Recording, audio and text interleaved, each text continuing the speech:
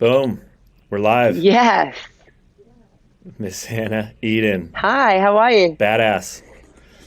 I'm great. Thanks Good. for coming on and joining. I always kick the podcast off with who you actually are to me.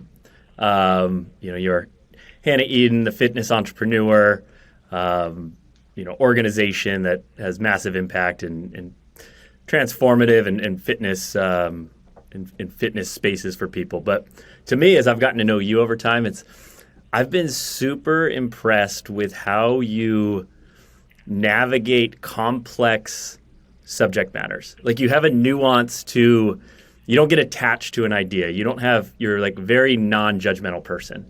And it's been the times we've gotten to spend together, it's so comforting to get around you. And we could talk on like kind of touchy subject matters in the world, whatever that are normally triggering for people. And you just told this like, oh, that's interesting. Or like, you might have an opinion, but it's not held in belief.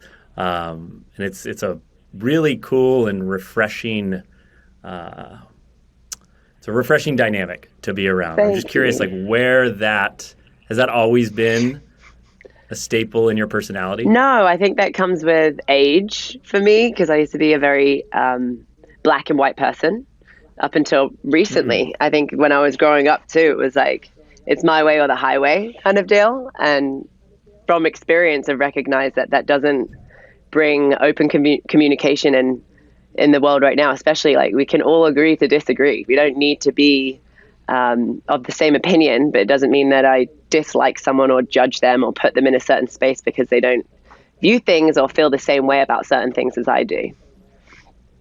And so it's definitely something that's become better. But yeah, was it like a specific event, or was that just kind of over time you were just like things started shifting? I think if I was to look back on in hindsight, I think moving from the UK to the US was such a big pivot in my life. I think growing up, I grew up in the same house my whole life. So I think I thought that life would be a certain way.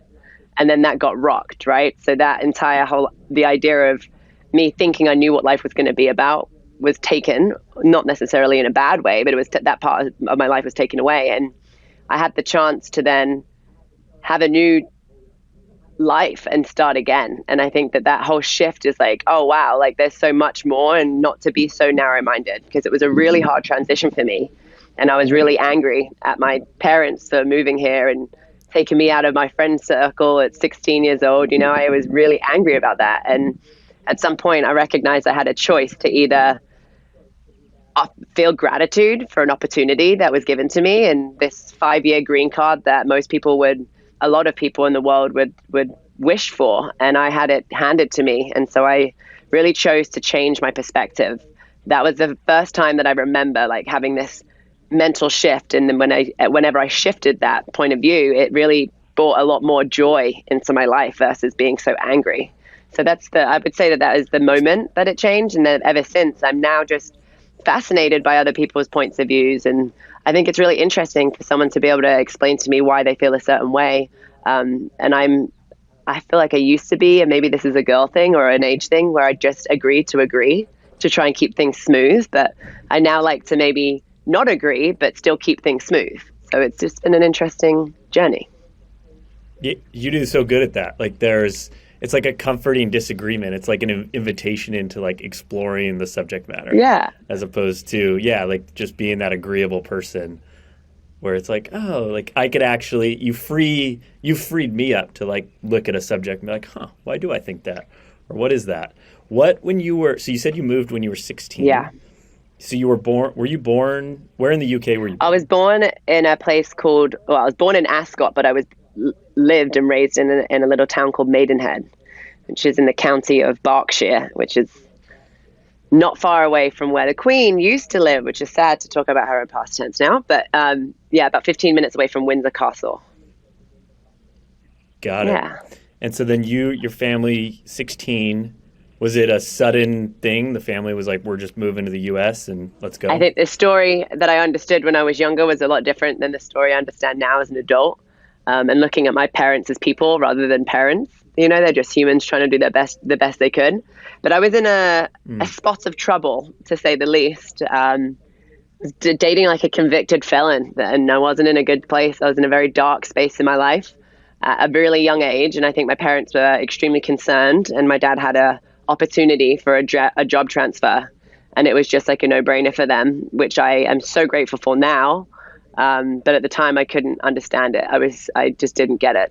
I thought it was like, we either go or your dad doesn't have a job. Whereas now I understand that if we had stayed, who knows where my life would have gone. I was really doing some bad things and not in a good place. So it was a great chance to start again.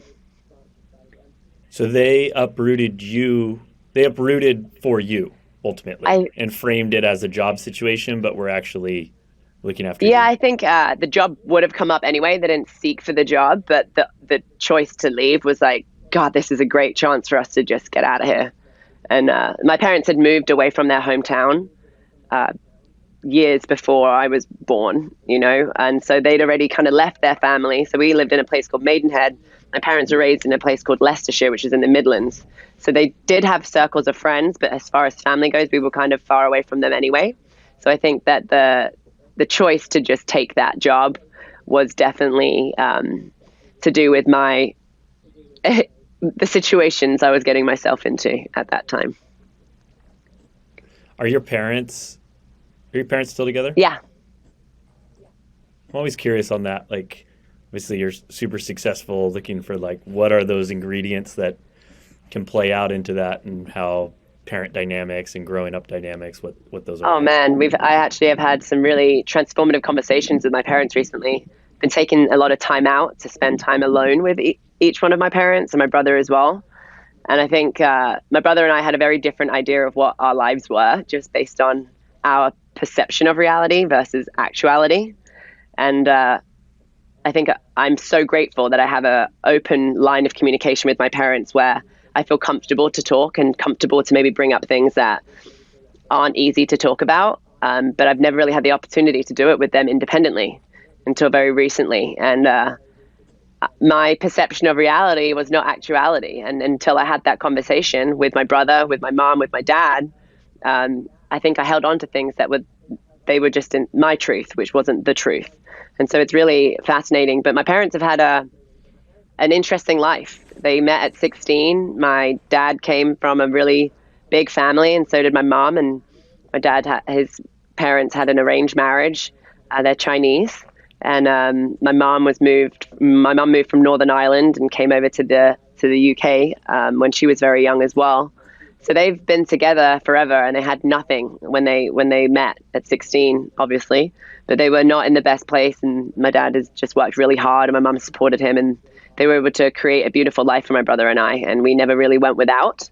So I often question, and the conversation I had with them was, what was it that kept me from coming home? I kept pushing the boundaries and like really breaking all the rules, but somewhere deep down, I knew that it was the wrong thing to do, and I never went to the point of no return. I always came home. I use that term, coming home. Like I ran away from home multiple times before we moved to the US, and I didn't think I'd get on the plane, and I'm not sure why I did, but I did, and anything I've done that's spiraled out of control, I've gotten really low down to the bottom of that spiral, but I've never let myself go to the absolute bottom. I've always like managed to get out somehow.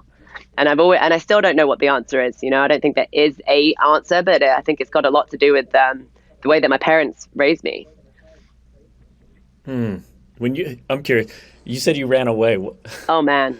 I've heard, like, what does that actually look like when you run away? Is that like I'm going to a friend's house, or is that like I'm gone? Oh man, it was so dramatic. I'm not talking to anyone.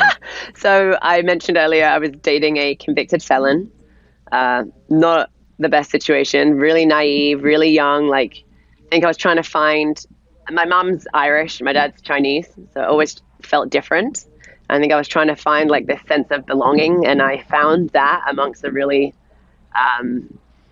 troubled group of people, and I saw the best in them when I probably should. I was very naive, and I was dating this guy in jail, and I used to pretend to go to work every day and like go to visit him in the jail, and my mom found out, and you can imagine that she wasn't the best pleased with me, to say the least. She was pretty upset and angry. How'd you meet him?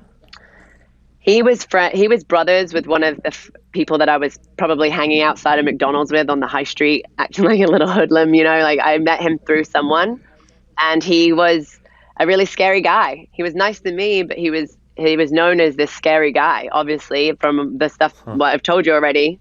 And I think from that I felt safe, like because I was protected by him. That I don't know. I try and look back on it, like why I did what I did, but I do think it was me like not feeling safe or not feeling like I belong somewhere, and I felt like I belonged with this tough group of people that would protect me if anything was to happen, and that fear of like I don't know, being different and standing out and not really understanding myself at that point. But yeah, I met him. And when my mum found out that I was going to visit him, she lost her shit, to say the least, and said, like, get out. And she didn't mean it. And I was like, all right, I'll get out, pack my bags, and super dramatic. And I left. I left for a long time. And she was devastated. And immediately, as soon as I started to leave, she's chasing after me, begging me to come home. And she didn't mean what she said. But I was like, nope, you said it. I punished her. And I made it so hard. Like I was a very different person before, I would say before I met Paolo. That's where it was all changed. So Paulo's the grounding force. Yeah, for sure. My anchor, that's for sure. So you're running away. Parents take you over to the U.S. Where'd you move to in the U.S.? Massachusetts, this tiny little town called Longmeadow. Okay. And then did you go into a boarding school or like just a regular public high school? Regular public high school. So in England, you finish school at that point anyway at 16. So I was really pissed off that I had to go back to school because I'd finished, and then I had to go back to finish junior and senior year in a regular high school if I wanted to go to college, which was also very interesting. Did you go to college? Yeah, I actually went to the Art Institute in Fort Lauderdale, Florida, and studied photography. I have a bachelor's degree in photography. Got it. So I was always okay. So you go Massachusetts, you get down to Florida. Yeah. Because that's where you really blossomed. Yeah. Like to the Hannan Eden that the world now knows. What was that? When did you cross over into fitness? So you go to Art Institute and then you step into the fitness space. What was that transition? That was interesting. So when I went to Florida, I was in college. I've always been really good at working. Like I got my first job really young, like 13 or 14 years old, making money like at a horse stables. And like I was always good to get my hands dirty and like to work hard. I think I owe that to my dad. He's always worked really hard and set a really good example. So I was burning the candle at both ends, and I was going to college full time, and I had like 2 or 3 jobs. And one of them was in a nightclub. And in the nightclub was where I met some of my lifelong friends. Actually, they left this weekend. But one of them had invested in a CrossFit gym.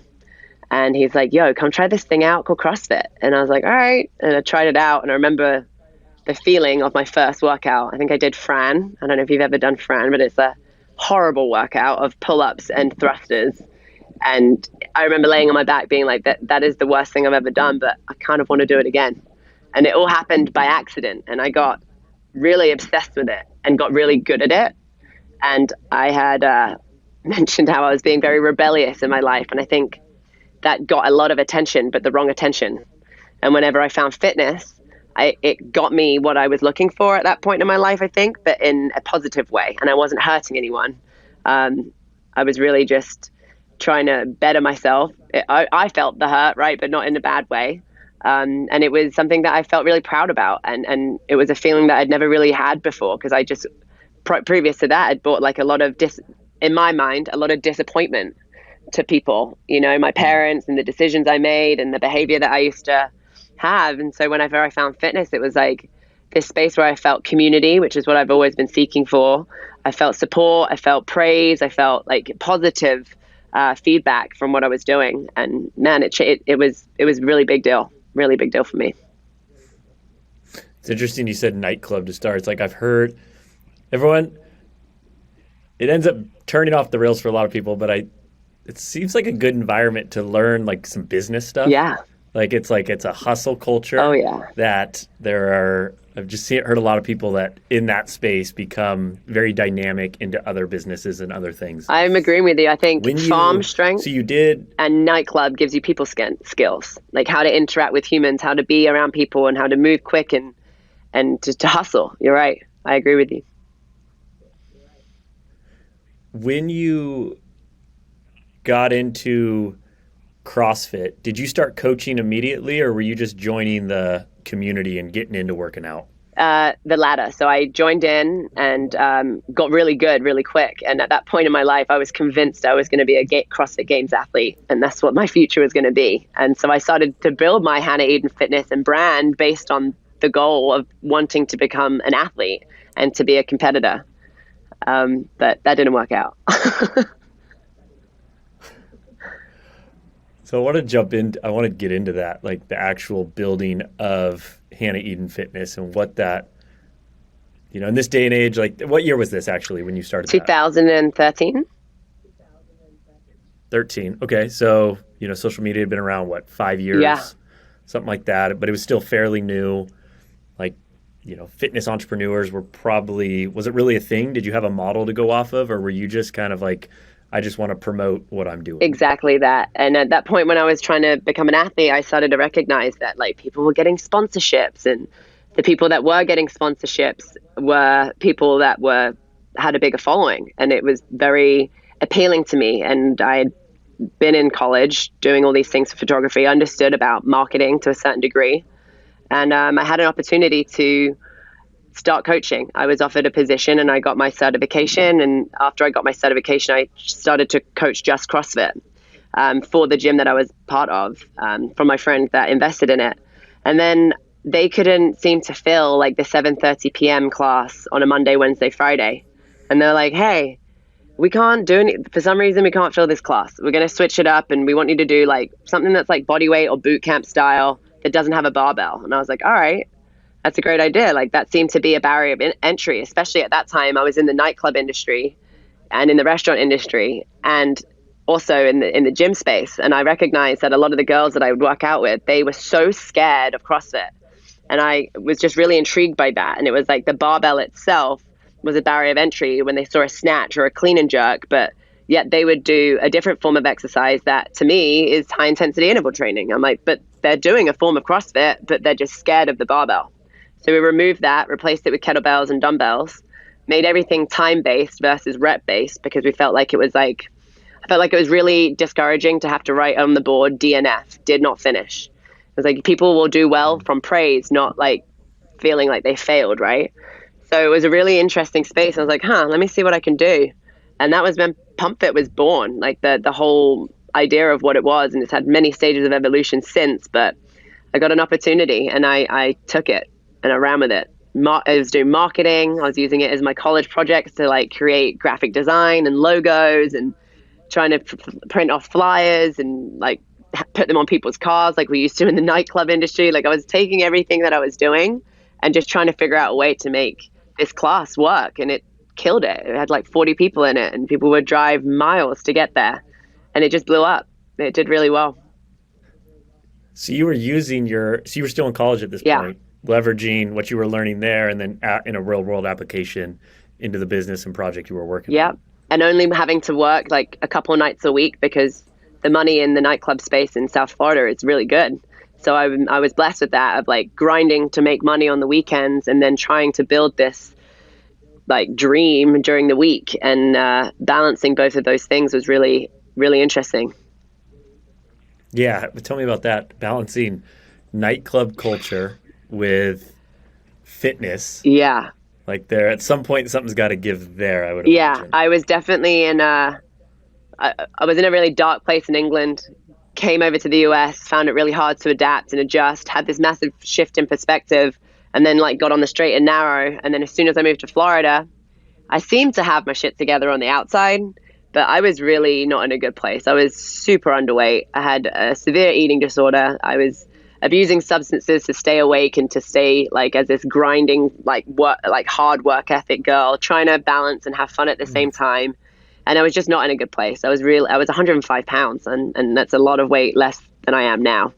And so I was a bag of bones, burning the candle at both ends. And I remember after I graduated, I got best portfolio. And I was like, shit, I just worked really hard to get here. And I don't really feel much. And I landed my dream job after I graduated, but I hated it. It was once I was already immersed into the fitness space, I didn't really understand what passion was. My dad is he works with Hasbro and Basic Fun and all these toy companies. He's in the toy space, in the creative space. My brother was at school for like production and creativity as well. Everyone in my family was creative. So I was like, oh, I guess I should do photography. Like, I guess that piques an interest when you have to decide what to do for the rest of your life at that age. And I did really well. And I started to recognize more about myself during that experience, which was whatever I apply myself to, I always want to do the best. I always want to be the best. Like, I want to excel in all of these different areas. And I remember thinking like, oh man, like there's only so much time in the day. There's only so much energy that I have to apply myself into a certain space. So once I graduated and landed and checked all those boxes, I started to recognize that it wasn't the goal itself that I was working towards. It was the anticipation to get to the goal that made me want to work really hard and feel like this is exactly what I'm supposed to do.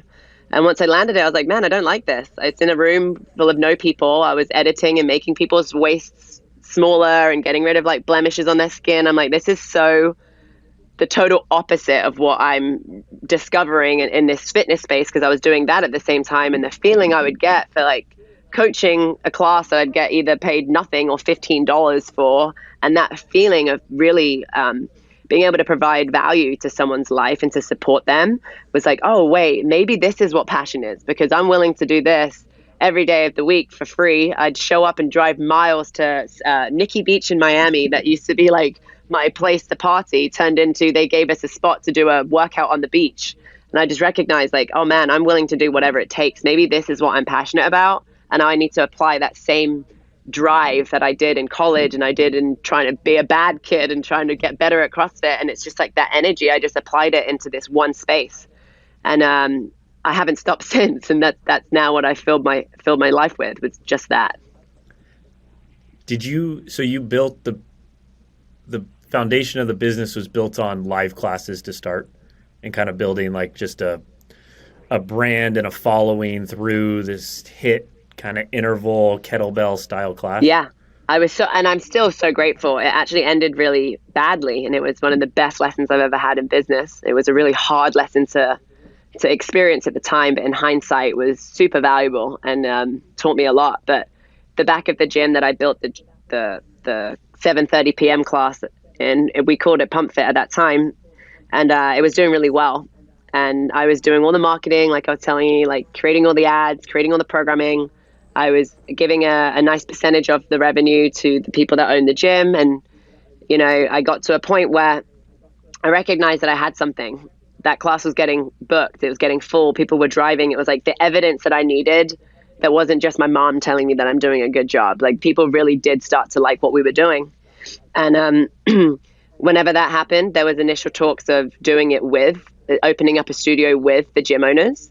But I didn't feel like their support. I felt, especially in the CrossFit space back then, now it's a lot different, but it was like, if you're not doing CrossFit, then it sucks. You know, it's like, it was made fun of a little bit. And people used to like laugh at the wall sits and the stuff that we did rather than clean and jerking and trying to hit max lifts every day. And I remember one day walking into the gym and I had my work. I took so much pride in my work.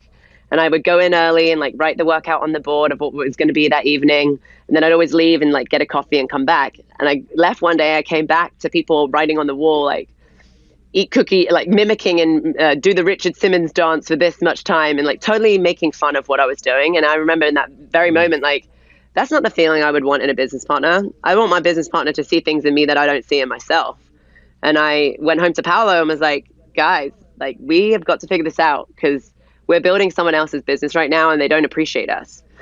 So why do it for them if we can do it for ourselves, which was a really naive thought to have. I was 23 and we were like, all right, let's do it. So then I took my business mind from what I'd learned in school and tried to make like a business plan, pitched it to investors in Brazil. That didn't work. Like it was really ugly. It was not a good thing for us. And we ended up succeeding in some way. And then I remember telling the people that owned the gym that I didn't want to do business with them and I was going to do this on my own. and they hit me with a really hard lesson, and they put a price tag on the members that I had built.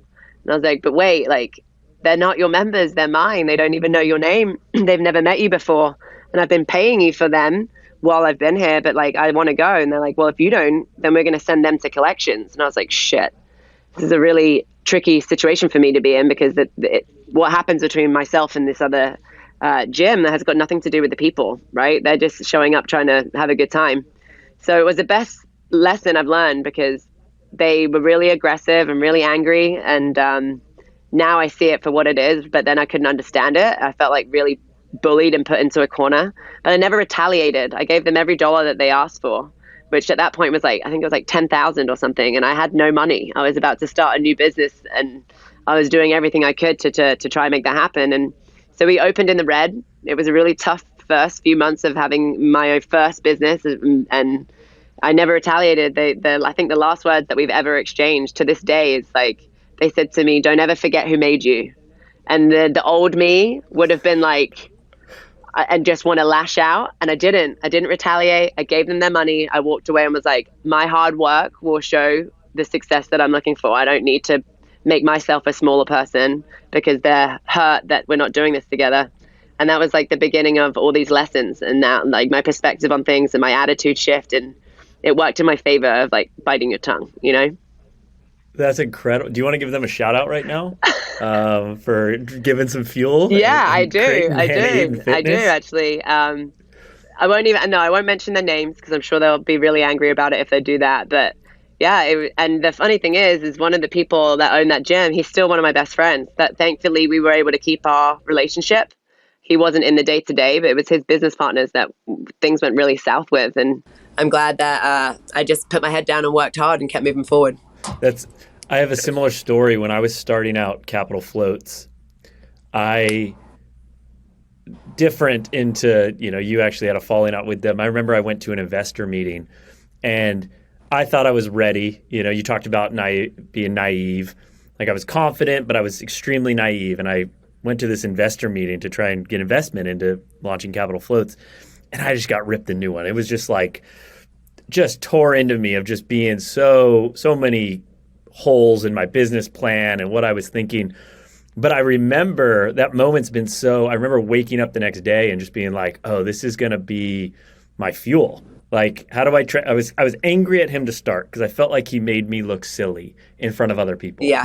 And whether he was intentionally or doing that or not, but it was like a very impactful moment into that becoming fuel that now I have like extreme gratitude for that experience. But I totally understand where like, it's like, okay, how do I transform this and go set this out and become something? Yeah. And I want to chime into that too, because that motivation burns out real quick, and it's not the right reasons to grind, right? Which I've learned over the years. But that whole experience, I'm sure like you, is like, it's taught me a lot, which is to never, ever hold anyone back. If someone comes onto my team and they want to venture out and do their own thing, I'm their number one fan, and will open as many doors as possible to make that happen, and not try and make their life harder because they want to evolve. And if you can become bigger than what I have going on, like, I'm your number one fan. I'm not going to be angry at you or try and put roadblocks in the way for you to find success. I think that's something that I've taken really strongly away from that, because it hurt. They were like my family. I thought that they wanted the best for me and that they would be proud of me. And all of that shifted. It was like, whoa, okay, wait a second. For the last 2 years, I've been in this gym more than I've been in my own home, trying to build it because I cared about it. And we did well. And now that I want to move on and like continue the success of my family and do this thing on my own, you're going to hit me with that. It's like, that's not the right thing to do. So it taught me so many lessons of what not to do with anyone from my team moving forward. That's it.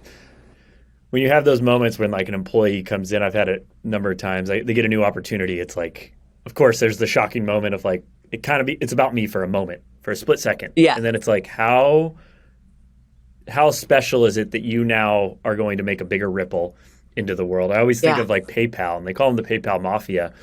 But it's like all the founders that have come out of PayPal, it's like insane of what they've gone and created. It's like the greatest originators of like the original founders or original employees there. It's like incredible companies that have been birthed out of it. And it's like, I've always wanted to be how many incredible things can get created outside of just the organization that I'm creating. And Yeah. it sounds like you're on that's the same mentality for you.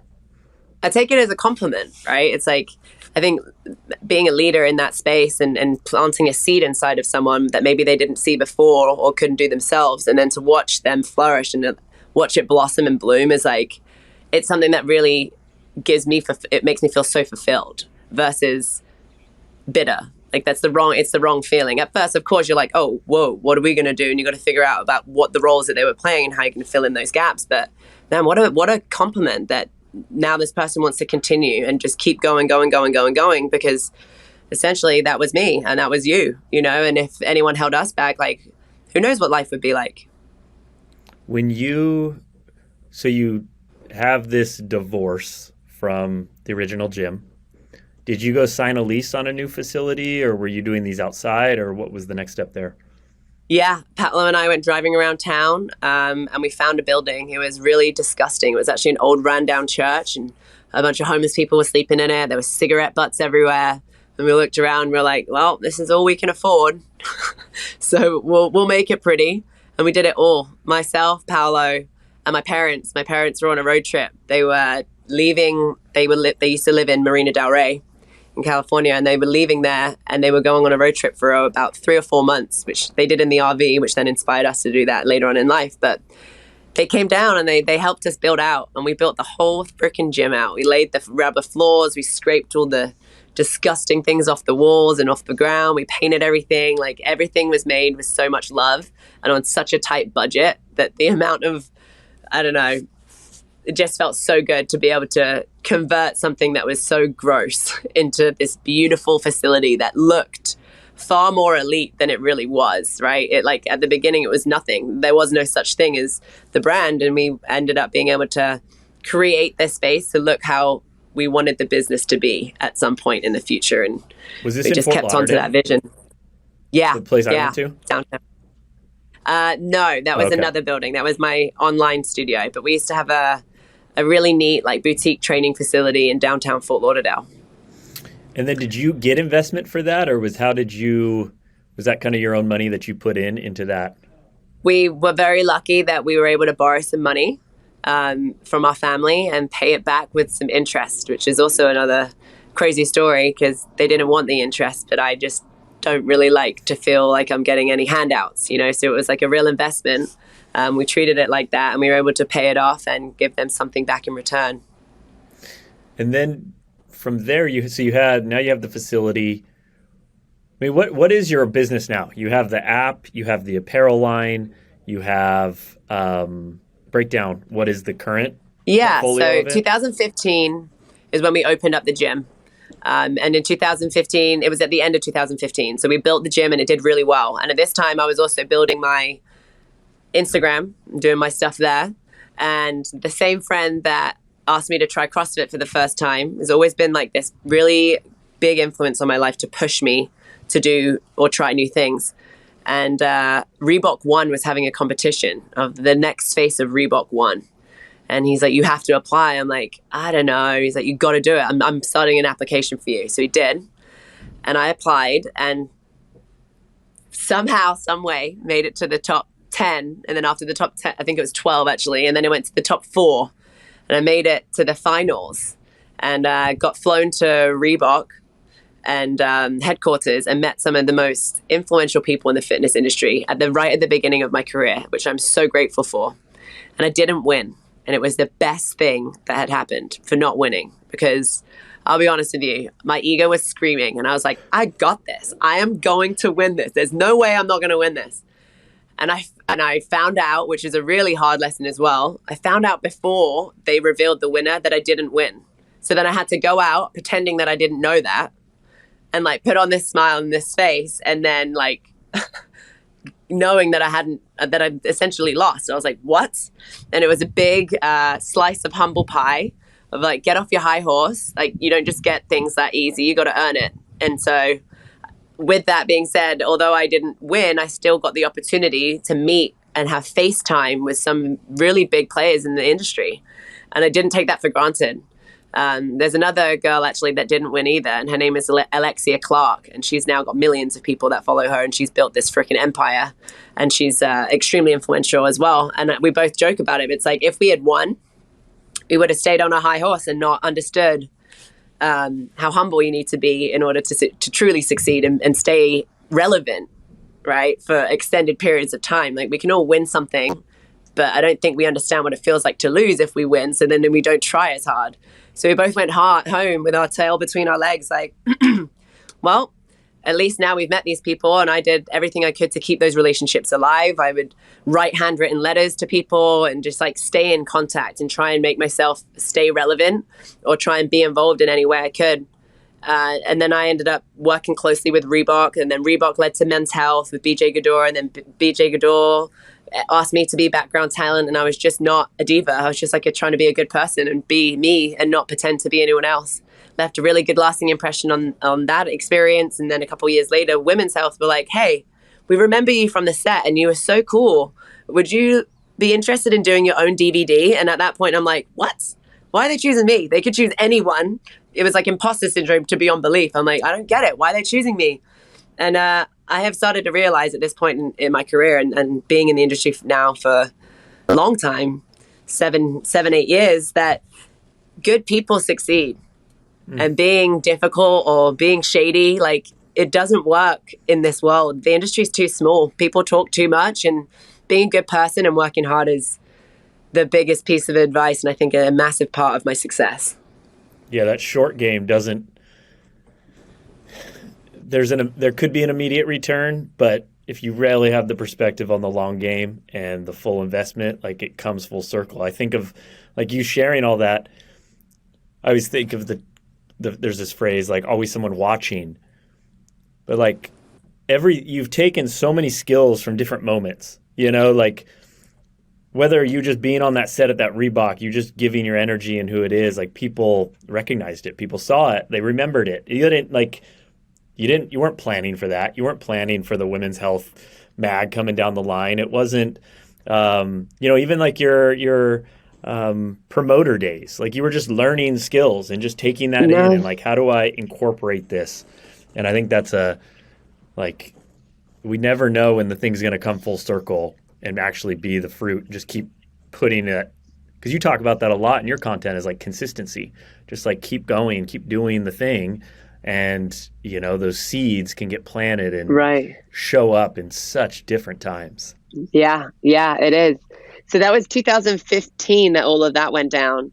And then while my Instagram page was growing, our gym was growing. So again, it gave me more confirmation that what we're doing is working, and it was different. It was my whole goal was to try and make everyone feel on top of the world, not just the best to feel good, but like have people that had never really worked out before in the same class as like a professional linebacker from the Miami Dolphins. And everyone's in the same group, in the same class, doing the same thing, but to their ability. So everything was time-based. If we have 30 seconds, you could have an elite athlete get the most out of that, and a beginner also get the most out of that. If we give them different variations in different ways, we never prescribed weight. We never said you should lift this, or this is what the real weight is, and then scale accordingly.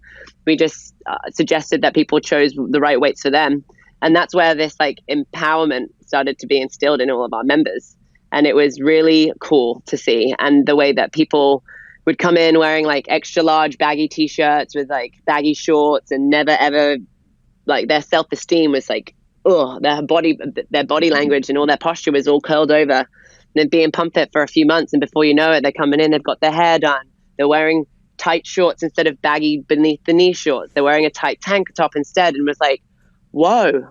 Like, this is more than just a workout for these people. Like, there is something so much more powerful here that we're not even realizing that we're able to do for these people. And that's when Find Your Reason had already been on the wall.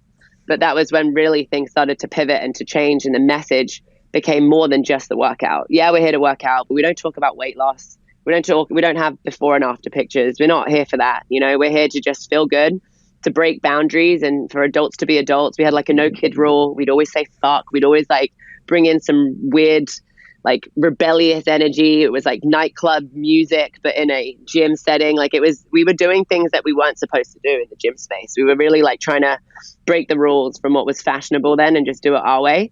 And at that same time, I was like, okay, well, this is this experimental mind again of like, all right, the gym's succeeding, the social's growing. So now the social, everyone keeps asking how they can get their hands on this training.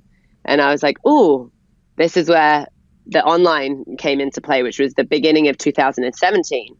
And I'm like, how can we figure out a way to get our programming that we were already creating for the gym to an online platform? And the way we would program and create our protocol was we'd have these like massive Excel spreadsheets, and every body part had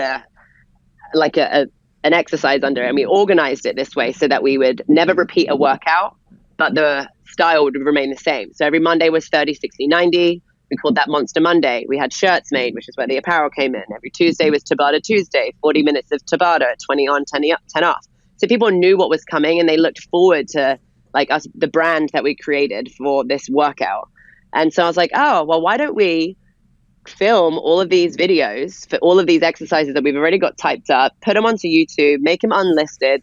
And then the first realm of like the online training platform was a MailChimp email that went out, and I would write it and then embed these links to all these exercises that were on YouTube that people couldn't see.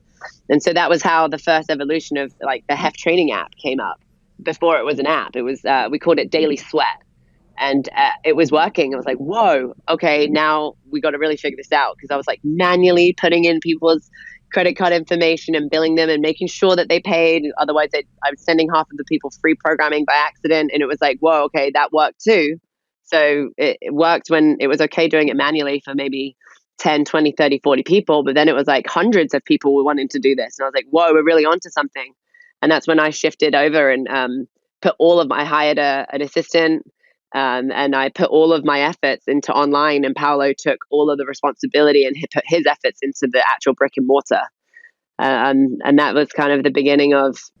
How'd you get everyone's email into how'd you start developing? So I would advertise it online, and then I'd say, hey, if you want to subscribe to this, you can, and people would be able to buy it like a product on the website that I created, which I think back then was Wix.com. And they were able to buy it. And once I'd seen that they bought it and the money actually went into my account, then I would go on and add them manually with that email to a MailChimp list and then blast it out. It was so bad. Like thinking back on it, it was like the worst idea. But yeah, it's amazing. It's amazing now that looking back on it. I love it because it's like Hannan Eden Fitness is a brand now. Yeah, like you're a brand that looks very polished from the outside, and you have all these different pieces to it. And this is why I do this. Like I love the MailChimp. Like how do I just get an email, and how do I get a credit card, and I'll manually do it all. And I think it's such a testament to building anything, whatever you're building. You know, it's like, how do you find, like, to me, the core of what you built was on community. So you built however many people, like yours was in person. It was an in-person community. You got feedback immediately if people were enjoying this. It was like a proof of concept, like people are loving this. It's changing lives. I'm seeing it firsthand. And so you had the community, and you built however many, 50, 100, 200, like super fans. It's like that's the goal of any organization or product when you're launching, is like find that group of people that are all in on this. And then from there, it's just like, okay, how do I take the next step into making this more impactful? It wasn't like you didn't go 0 to 100 out of the gate and go create the app and do all the things first and spend the hundreds of thousands of dollars. It was like, no, I just you took the next step. It's like, I'm good at in-person classes. Let's start there. Oh, I'm good at photography. I'll do some pictures of my Instagram. And I just love it. I love that side of just. It's important, right? I think that I like the process of trying to make something out of nothing. That really excites me. But there's too many people that think that like it just happens. It doesn't just happen. And I failed so many times. Like the next evolution well, we had one in between, but we then were like, okay, this isn't going to work the way that we're doing this. It was like, I was pulling my hair out. I was going crazy. We then started to say, okay, well, the daily sweat's doing well, but that was when ebooks started to become this cool thing. And I loved photography. And one of my best friends is still like one of my favorite photographers, and she's super, super talented. So then I was like, all right, I want to create an ebook, which was like a downloadable PDF. And I used to get all my creativity out and to like make that happen. There'll be a story that went along with it. And then we'd always design a shirt like Unleashed. We've got Ignite, we've got Fearless, we've got all of these different programs that then had a message behind them that was more than the aesthetics of just trying to lose weight. Like that was never the conversation.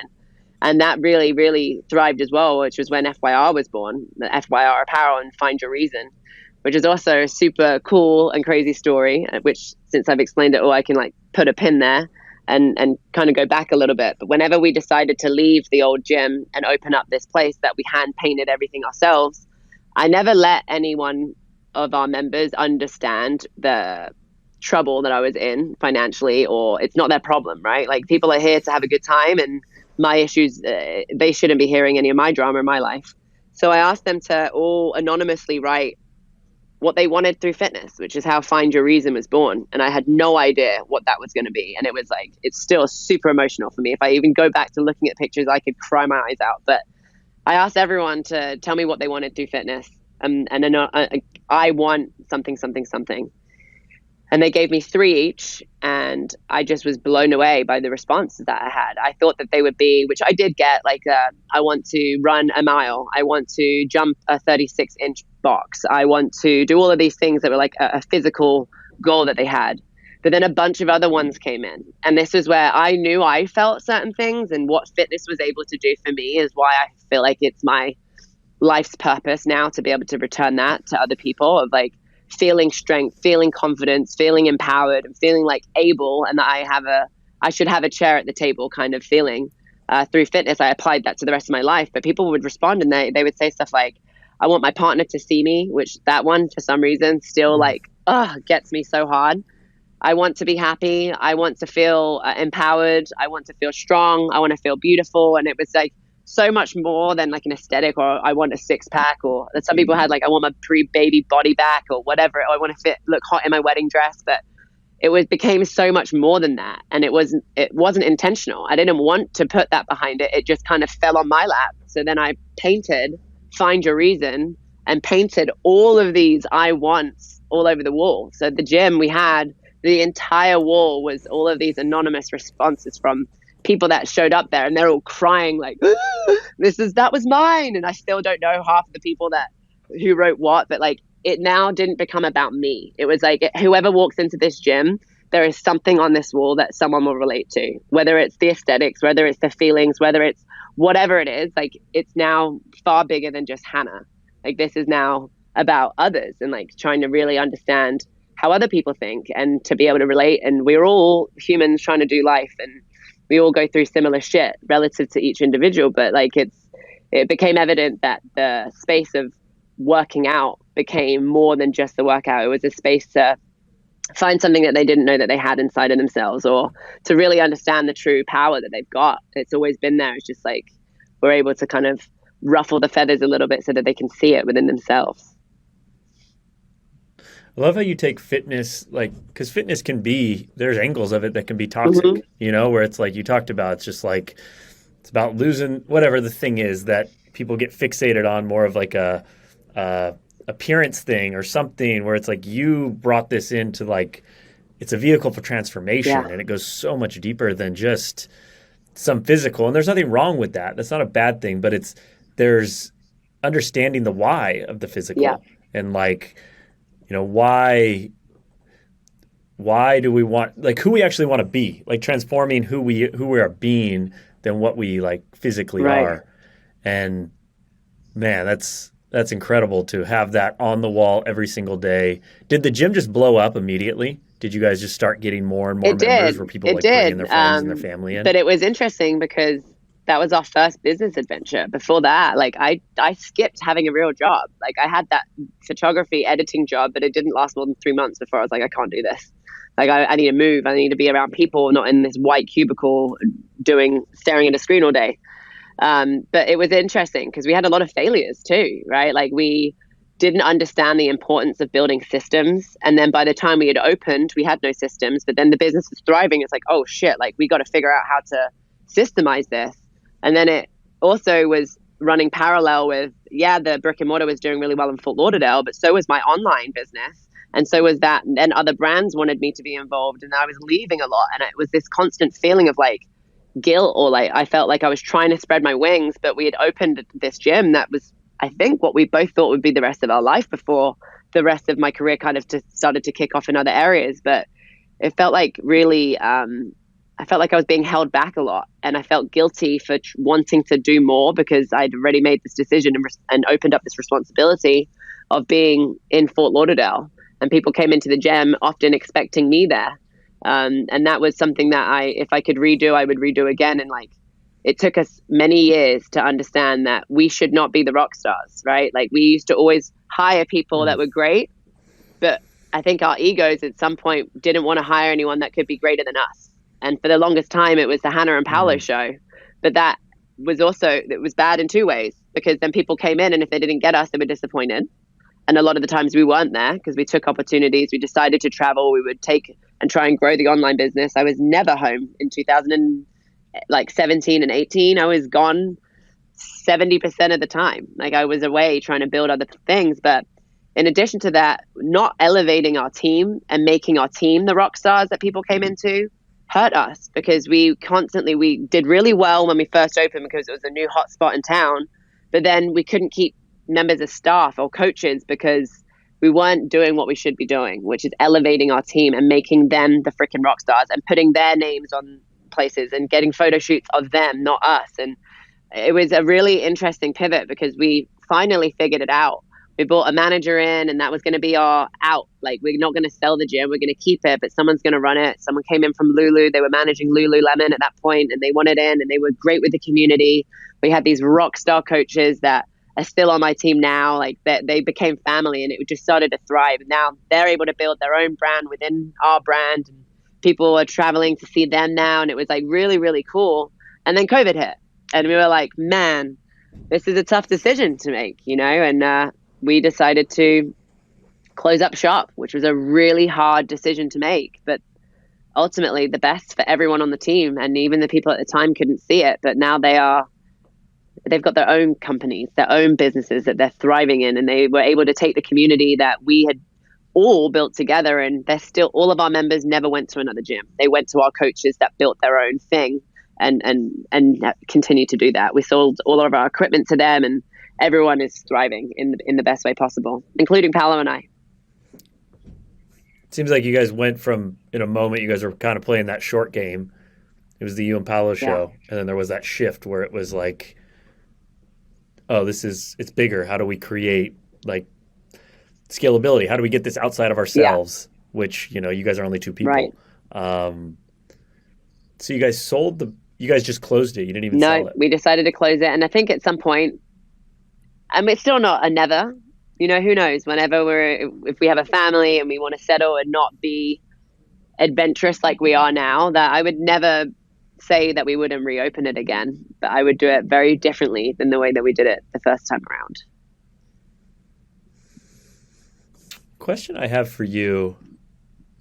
So you have a massive following, whether it's YouTube, Instagram, social media, all the stuff, email list, I'm assuming. How do you manage that noise? It's a great question. I think that because I have been in the social media game from like not the very beginning, but I was involved very early on, the negative impact that social media has had on a lot of people didn't really happen to me too much, because I've never looked at social media than anything other than a business tool. Like, I never let my personal life or my personal feelings get attached to this platform. I just looked at it as a really valuable tool to be able to reach and spread our message, which was super cool. And I'm so grateful for it. But before I dyed my hair brown again, when I had red hair, I started to play I want to get into that. That's a whole thing too. It was like a massive ego death. But that was difficult because it got me a lot of attention, which I'm grateful for.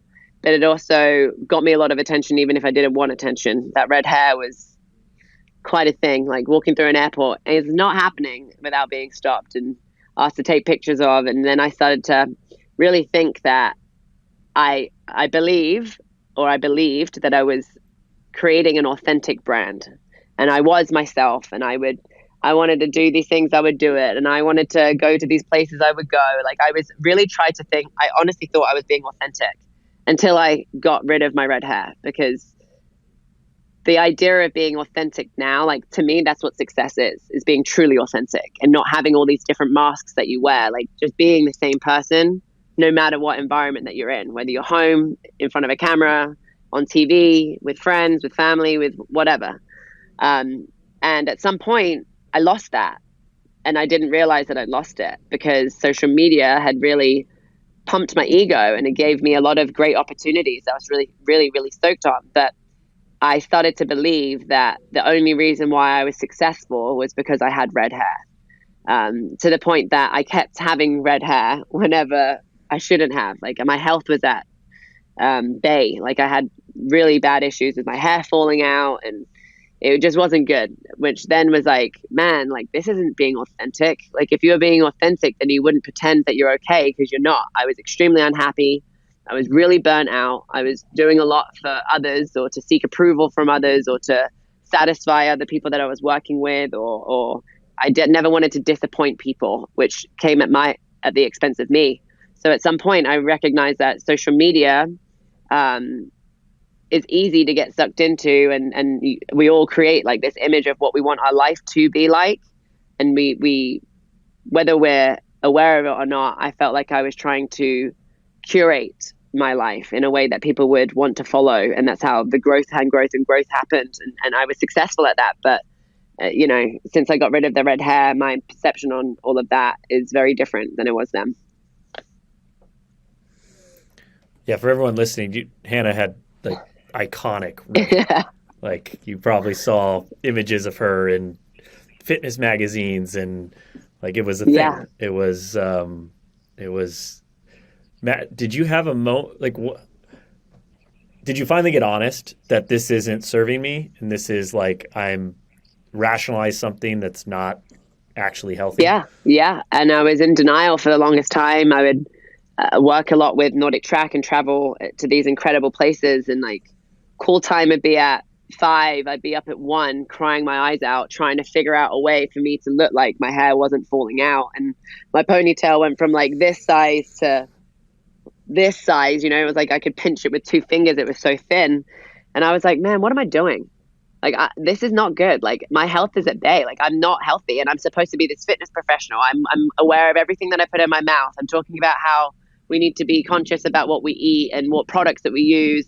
But I'm a sellout. Like I'm not being authentic. Look at me. Like my hair's falling out. I'm literally, my scalp bleeds every 5 weeks, so I can sit there and get my hair to go white before it goes red. And I had this like whole like, whoa, like everything that you thought that you'd built this brand on is now bullshit. Like you've got to come clean. And I did. I talked about it. I created like a YouTube series on it. And again, just put myself out there and was vulnerable. And the amount of feedback that I got, because I would sit in meetings for these massive companies that'd be like, you know what, Hannah, it's great having you. Like, you don't even need to say anything. As soon as people see your red hair, they know exactly who you are. And that's that. And it's just like, oh my gosh, like I'm not going to be who I am. And the opportunities are not going to come to me if I get rid of this red hair. So I held on for way too long. And then whenever I came clean about it, and the amount of support that I got, and I really decided to open up and receive, because a lot of the times whenever you have a big following, you get a lot of praise. So I'd like become numb to really, really feeling it and really receiving it, because I was afraid that I would become too full of myself, or I would lose the essence of like my kind heart, because too many compliments can do that to some people. And I'd seen it happen a lot, and I was like, man, I don't want that to happen. But this time around, I decided to be fully present and open up and let my guard down and receive what people were saying. And it became so obvious that my success had nothing to do with my red hair. It was just a piece of it that just was noticed more. And the opportunities didn't stop happening after I got red hair. And it was just like this crazy lie this story that I had told myself, and from not asking or not communicating, which is also a lesson, right? Like then that was what my truth was, but my truth was wrong. my perception of reality was not actuality. And that's something that I'm keep repeating, but it's like, it's so important that we all know that. Yeah, when we're honest to those moments, like honesty opens up so many opportunities. Yeah. Like it's just like my always question is like, how do we get honest with ourselves? Like, is it pain that hurts bad enough that we want to get honest? Like, why are some people more effective at like being objective with themselves and not, being able to get to honesty quicker? It's just, I don't have the answer to that. Yeah. But to me, that is a core ingredient for anyone that achieves great things in life, is like being able to be radically honest with themselves. There's a quote by Cooley from like the 1900s.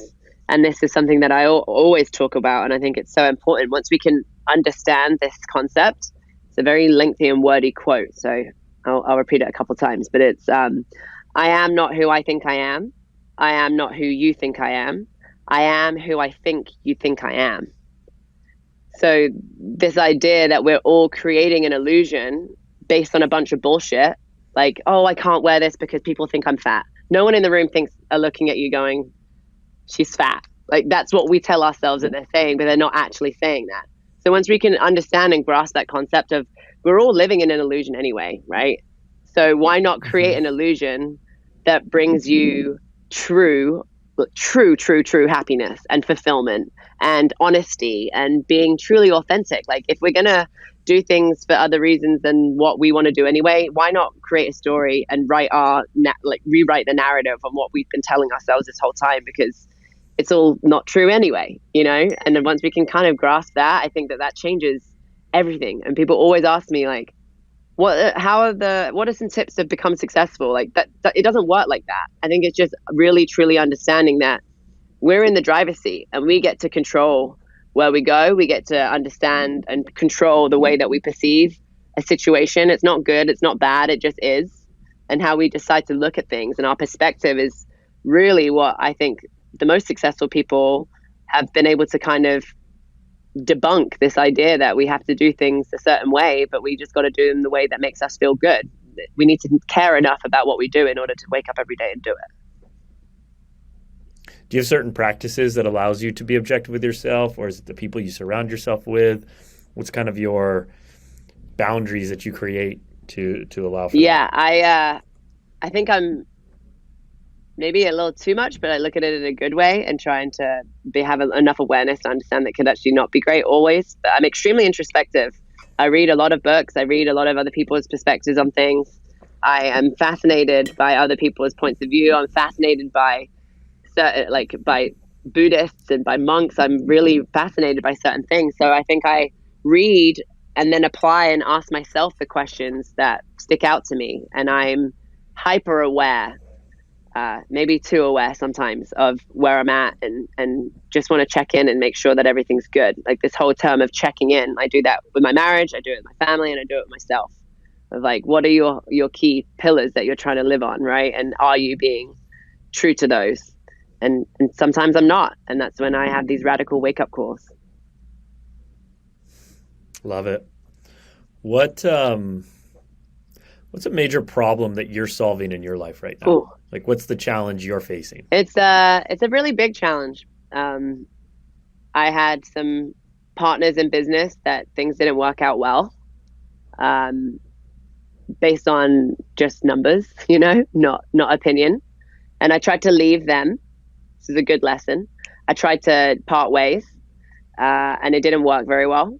And everything that I've ever built is being held hostage.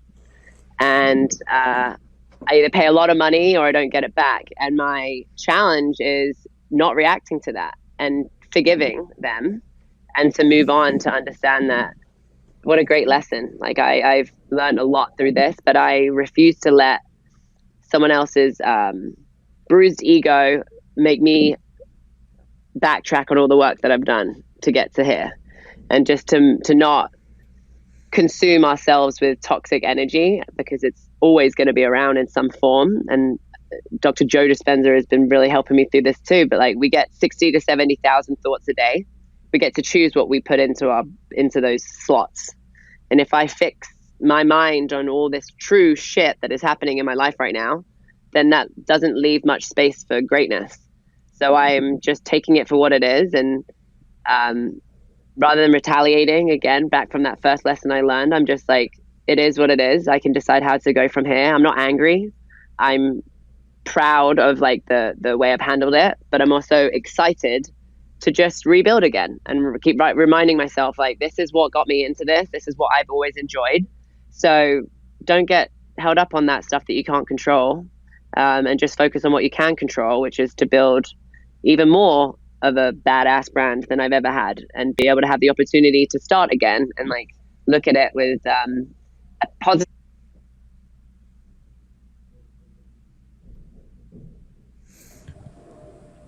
It's like you're playing you're playing the long game. Yeah. It's like, this is just a new chapter in the Hannan Yeah. Eden story.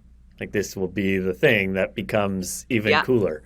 And I'm excited. I have no doubt Thank you. Push And through this. That's the lesson, right? It's like, this wasn't the first time. If you're going to put on big girl pants for me, right, and you're going to play this game and you're going to try and build this life and build this business, then it's not going to be a smooth sail. This isn't the first time something's gone wrong, and it's not going to be the last time. But every time it happens, it's a new lesson. And it's a new notch on my belt, right? Of like, all right, cool.